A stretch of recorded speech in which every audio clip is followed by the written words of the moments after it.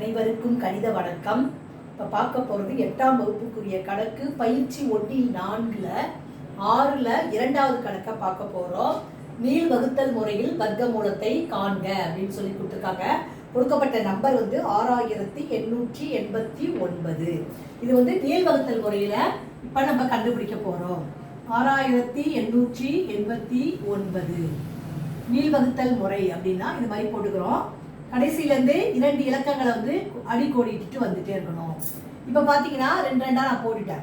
இப்போ 68ங்கிற நம்பருக்குள்ளார இருக்கிற வர்க்கம் வாய்ப்பாடு என்ன அப்படிங்கிறத பார்க்க போகிறோம். பார்க்குறப்ப 8 8 64. இந்த கணக்கை பொறுத்த வரைக்கும் வர்க்கம் வாய்ப்பாடு தெரிஞ்சால் ஈஸியாக இந்த ஆன்சரை நம்ம கண்டுபிடிக்கிறதுக்கு எளிதாக இருக்கும். 68 68ல் 64 கழிச்சா 4. அடுத்து என்ன செய்யணும், இந்த 2 நம்பரையுமே எடுத்து இறக்கி கீழே போட்டுக்கணும். கோடு போட்டிருக்கோம் இல்லையா, அந்த 89ங்கிற நம்பரை கீழே இறக்கி போட்டுக்கிட்டேன். 8 8 கூட்டினால் 16.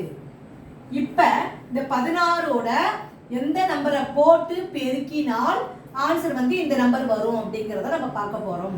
அப்போ இங்கே என்ன 1ஆம் இலக்கத்தில் 9 இருக்கு. அப்போ 9 முடிகிற மாதிரி அந்த வர்க்க வாய்ப்பாடை நம்ம போட்டு பெருக்கி பார்த்தோம்னா அதே எண்ணால இந்த நம்பர் வருதா அப்படிங்கிறத செக் பண்ண போகிறோம். 1ஆம் இலக்கம் 9 இருக்கு.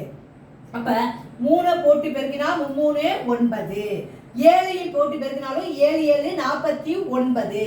அப்போ ஃபர்ஸ்ட் நம்ம 3ங்கிற நம்பரை நான் போடுறேன். ஏன்னா இது மிக சிறிய நம்பராக இருக்கிறதுனால 3ங்கிற நம்பரை போட்டு 3ஆல பெருக்கிறோம்.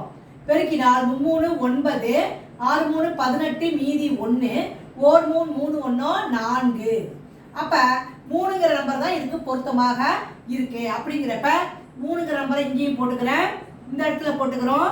அந்த பெருக்கல் தொகையை என்ன வந்திருக்கு 489. இது மாதிரி போட்டுட்டு இதில் கழிச்சோம்னா மீதி 0. அப்போ ஆன்சர் என்ன கிடைச்சிருக்கு 83. இந்த கணக்குக்குரிய விடை 6889 வர்க்கமூலம் இஸ் ஈக்குவல் டு 83. இது என்ன மெத்தட்ல கண்டுபிடிச்சிருக்கிறோம் அப்படின்னா நீள் வகுத்தல் முறையில வர்க்கமூலம் கண்டுபிடிச்சிருக்கிறோம். புரிஞ்சுங்களா?